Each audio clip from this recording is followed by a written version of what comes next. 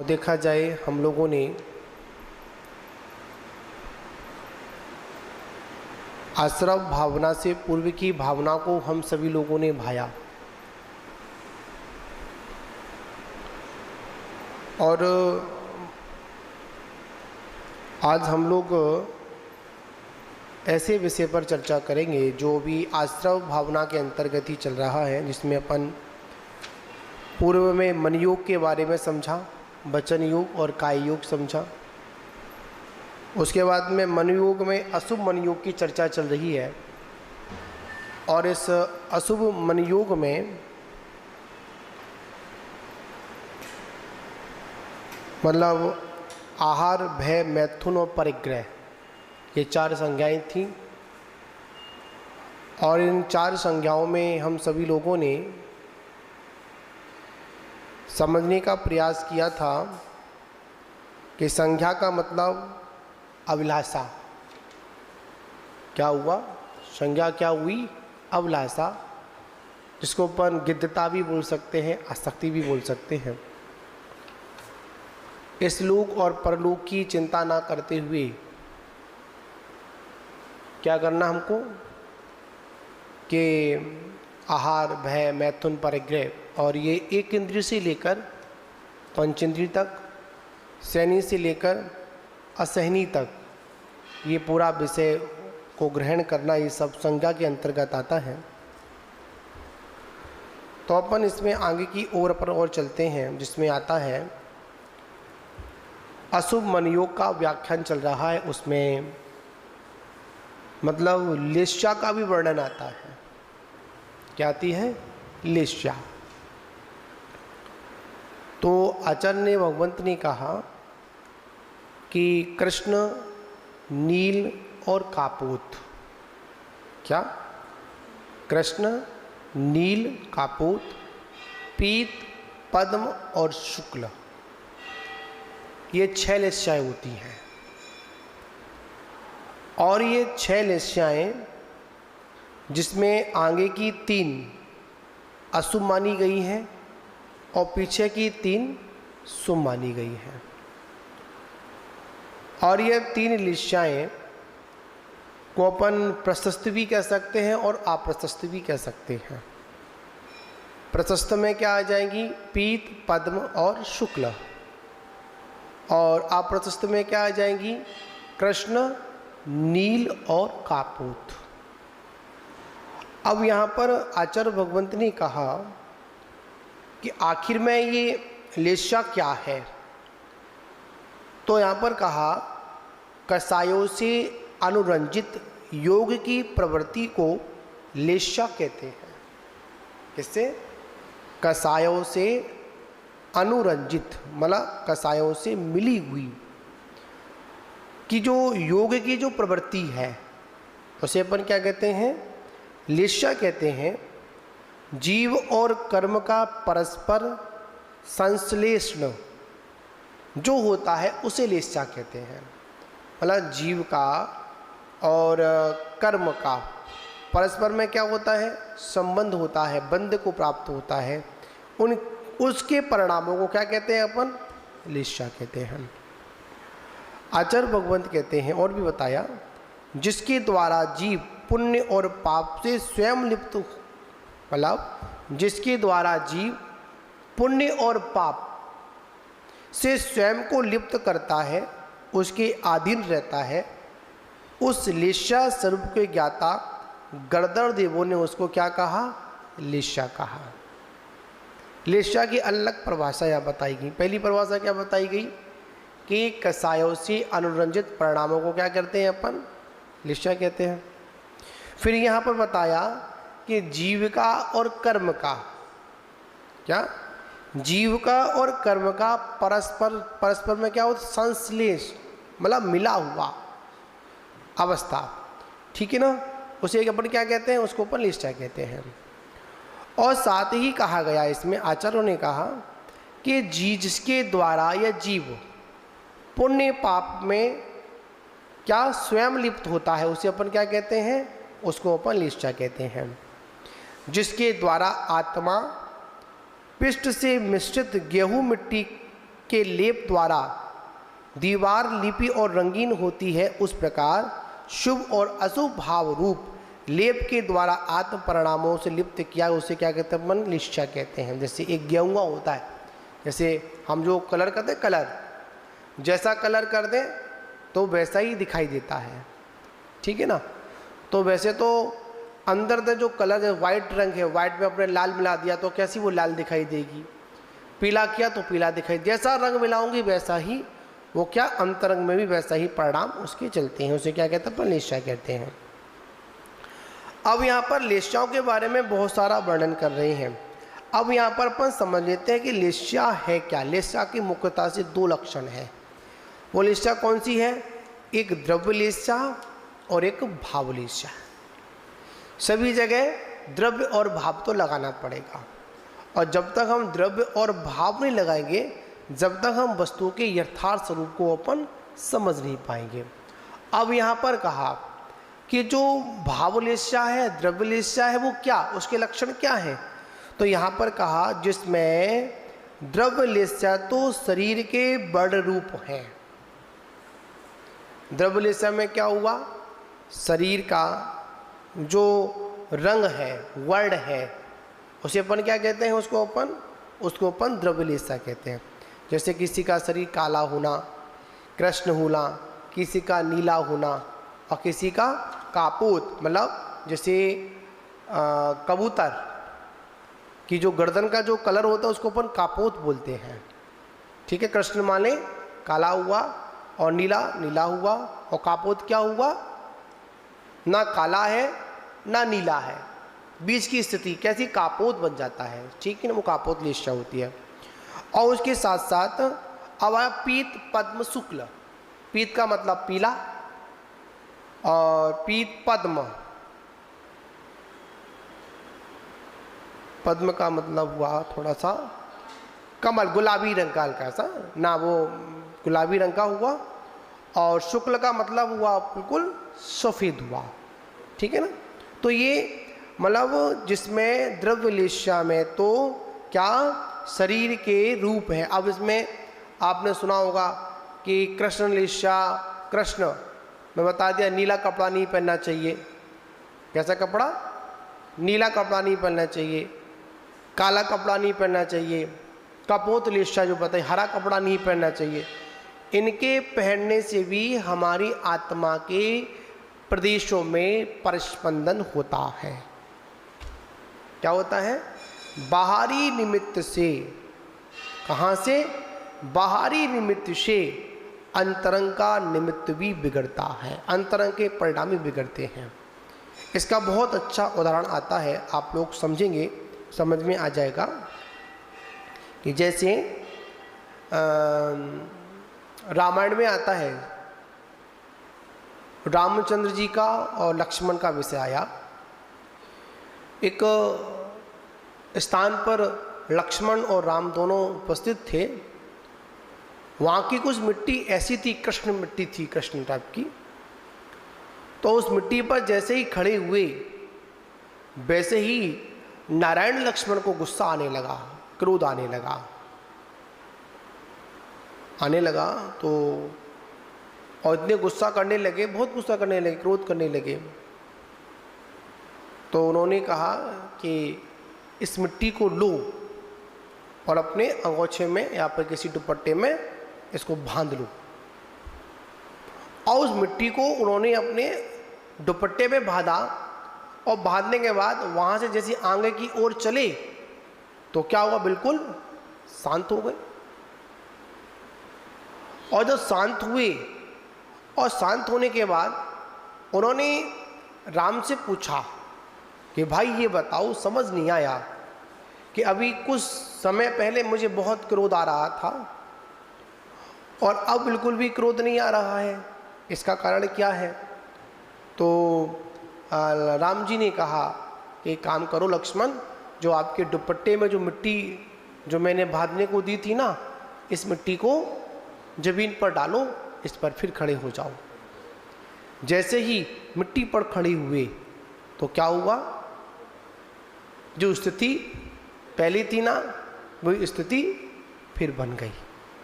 ठीक। तो पता चला कभी कभी हमारे जीवन में भी ऐसा होता है, हम एक कदम पीछे होते हैं तो बहुत क्रोध आता है, और एक कदम जैसे ही आगे हो जाते हैं तो क्या बिल्कुल चित्त शांत हो जाता है। इसका मतलब क्या, कहीं ना कहीं उस द्रव्य का क्या है, असर है। वहाँ की मिट्टी का कुछ ना कुछ असर है, वहाँ की कुछ ना कुछ माहौल का असर है। जैसे जैसे हम वस्त्राभूषणों को पहनते हैं तो वैसे वैसे परिणाम हमारे अंतरंग में बनना प्रारंभ हो जाते हैं। ठीक। कृष्ण, नील, कापोत, पीत, पद्म और शुक्ला, ये कहाँ से, द्रव्य। और भावों में क्या आया, भावलेसा पूर्वोक्त स्वरूप वाली होती है, मतलब कर्म, स्कंद और जीव का परस्पर में क्या होना, संश्लेष, मतलब मिल जाना। तो वो क्या होता है, हमारा वो हमारी लेस्या कहलाती, भावलेस्या कहलाती है। अब देखिए इसका अपन छोटा सा एक अपन समझेंगे उदाहरण, जिससे हमारी वो समझ में तुरंत आ जाएगा। कैसे कैसे स्वभाव वाले होते हैं कृष्ण, नील, कापोत, पीत, पद्म और शुक्ल वाले। एक बगीचे में आपने देखा सटलेस्या का एक चित्र देखा होगा आप लोगों ने, हमेशा जिनवाणियों में या भाव चित्र में हमको देखने को मिल जाता है। ठीक। तो देखा एक बगीचे में बहुत बड़ा पेड़ लगा हुआ है। ठीक। और पेड़ जब लगा हुआ है तो वहां पर एक व्यक्ति हाथ में कुड़ाड़ी लेकर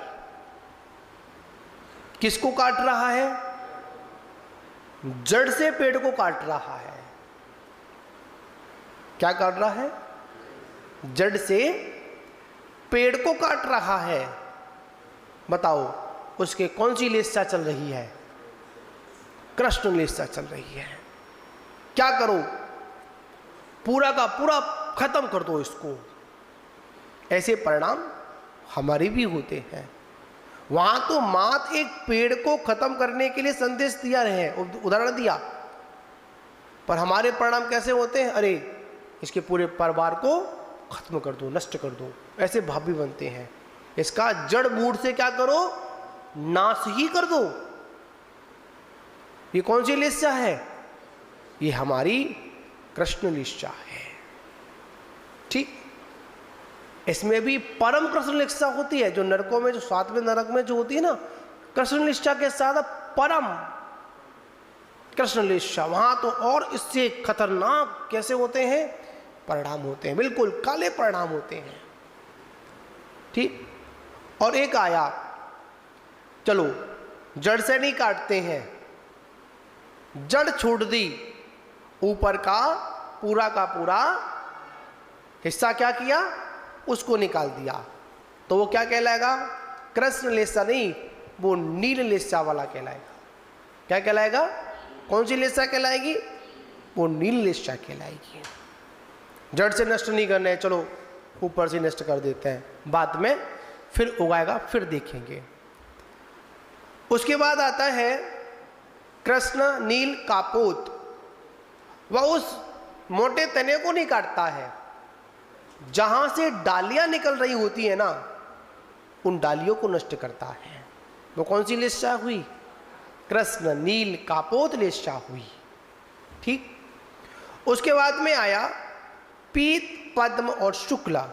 ये तीन लेस्या कैसी थी, अशुभ थी। कृष्ण लेस्या, नील लेस्या और कापोत लेस्या, ये कैसी लेस्या हुई, हमारी अशुभ हुई। अब ये क्या करता है, पीत, पद्म, शुक्ल क्या करता है, वह पीत वाला ना नीचे जड़ को नष्ट करता है, ना वो तना को नष्ट करता है, ना डाली को नष्ट करता है। वो क्या करता है, वो तो मात उस डाली पर लगे हुए उन फलों को नष्ट करता है। एक डाली पर लगे हुए संपूर्ण डाली को नष्ट नहीं करेगा, एक डाली पर लगे हुए किसको, फल को नष्ट करने का क्या करेगा, काम करेगा। वो कौन सी लेस्या हुई, पीत लेस्या हुई। पद्म लेस्या क्या हुई, ऊपर तो चढ़ा, जितनी आवश्यकता थी उतने ही फलों को तोड़ा, ज़्यादा फलों को नुकसान उसने नहीं दिया। ये कौन सी लेस्या हुई? पद्म लेस्या हुई।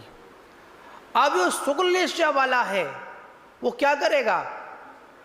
वो नीचे खड़ा होकर जो पेड़ से गिर जाएगा उसको ही सेवन करेगा। इसके अलावा ना पेड़ को नष्ट करेगा, ना पेड़ पर चढ़ेगा। जैसा है, जो मिला है, सहजता में मिला है, उसको स्वीकार कर लेगा और स्वीकार करने के बाद अपना जीवन यापन करेगा। ये 6 लेस्याएं हैं और इन 6 लेस्याओं के अनुसार हमारे परिणाम भी बनते हैं। कभी कभी ऐसे परिणाम बन जाते हैं, सब कुछ लगता है सब कुछ बेकार है, छोड़ो, है ना। कभी कभी इतने शुक्र परिणाम बन जाते हैं, इतने शांत परिणाम बन जाते हैं और पल भर में पलटा भी खा जाते हैं। अरे इसको पूरा का पूरा खत्म कर डालो, ऐसे परिणाम बन जाते हैं।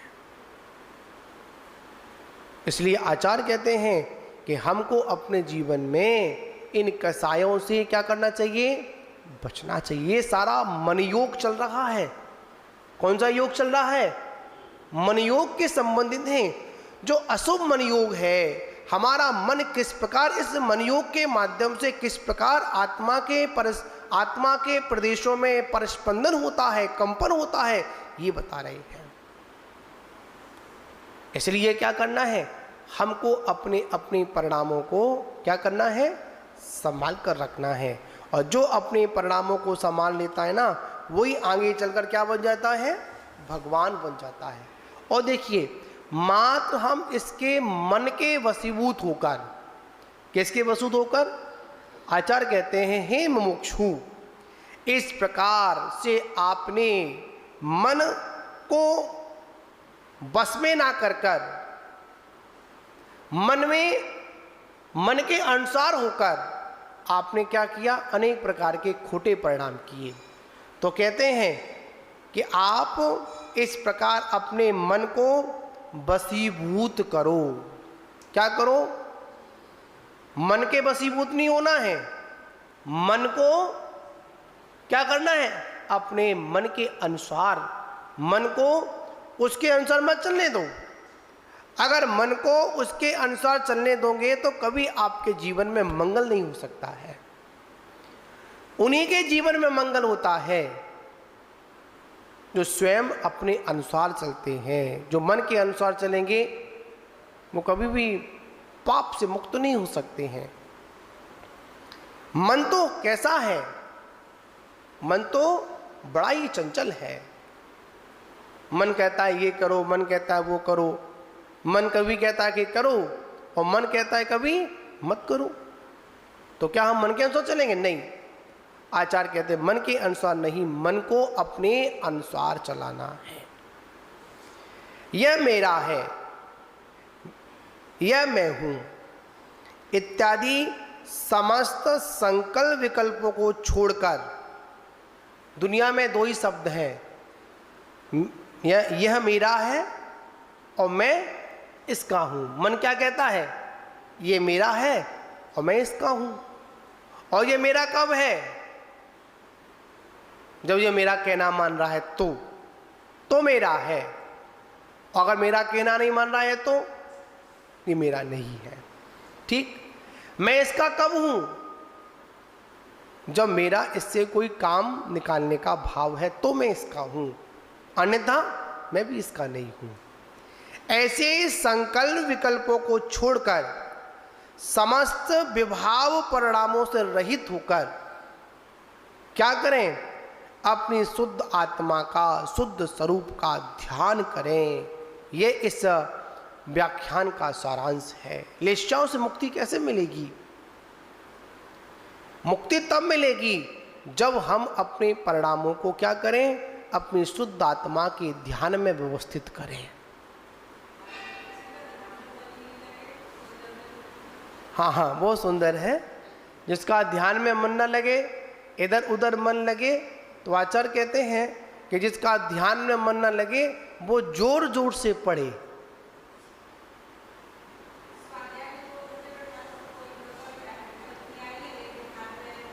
हाँ देखिए, स्वाध्याय में बैठते हैं तो बहुत मन लगता है, ठीक, और जब ध्यान में बैठते हैं तो मन नहीं लगता है।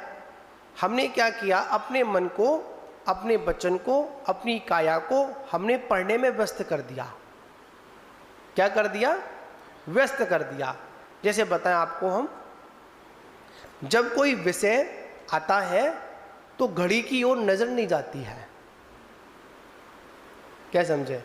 जब क्या आता है, कोई विषय जब निकल के आता है तो जो समय, मतलब जो विषय हमारे मन को अच्छा लगता है ना, तो घड़ी की ओर ध्यान नहीं जाता है।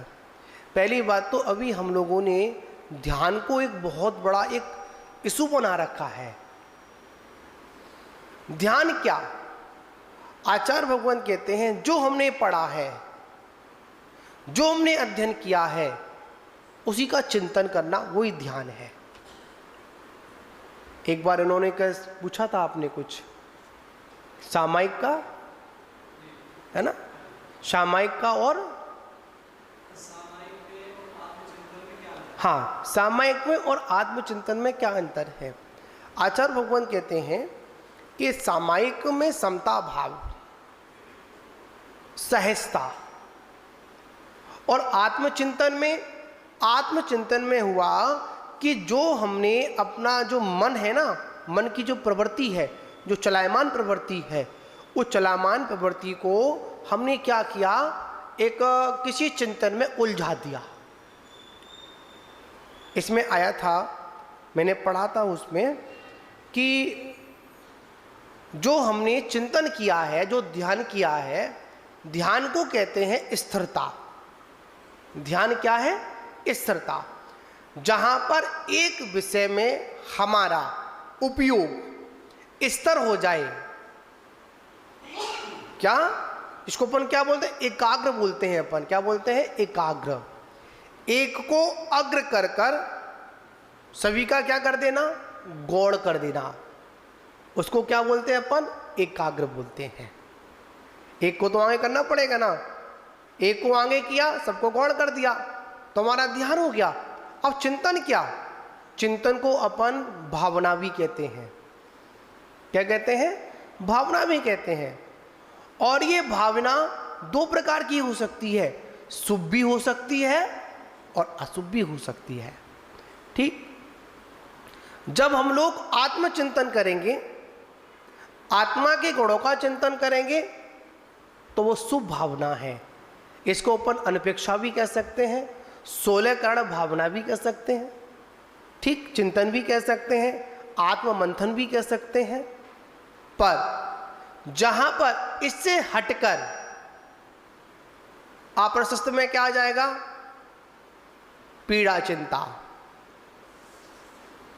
क्या आ गया? पीड़ा चिंता आ गई। ध्यान के विषय में बहुत सुंदर प्रकरण पहले चला था। ध्यान के 4 वेद, कितने वेद? 4 वेद।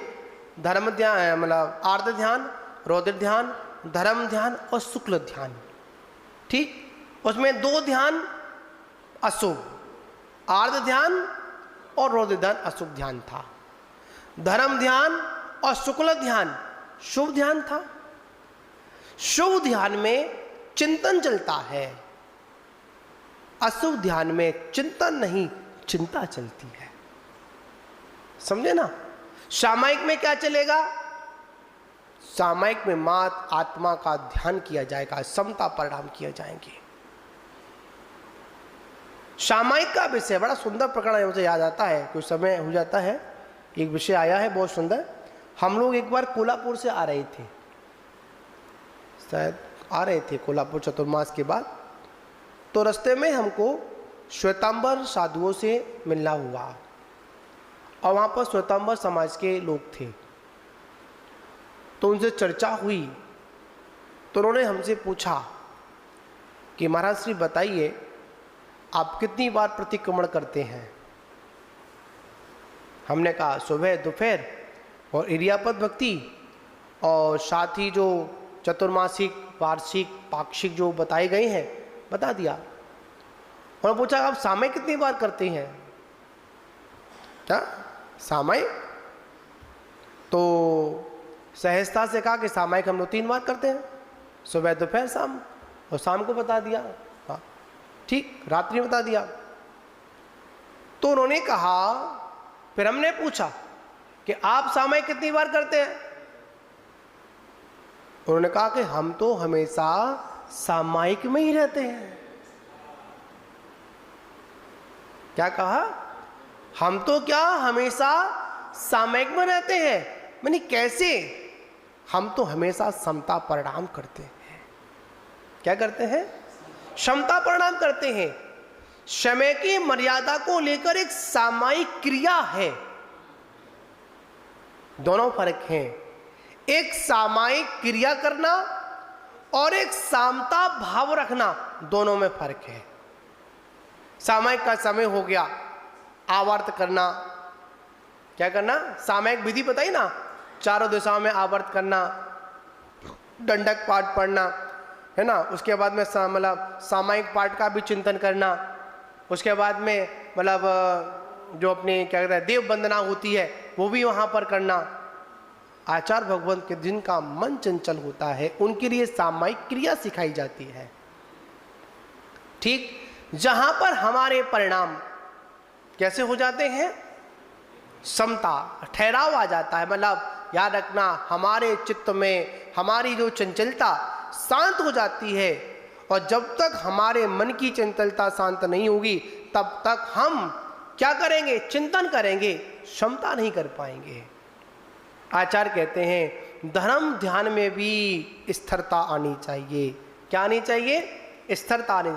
शुक्ल ध्यान के विषय में एकत्व, एक आता है पृथक वितरक, एकत्व वितरक, 2 प्रकार के ध्यान बताए शुक्ल ध्यान के।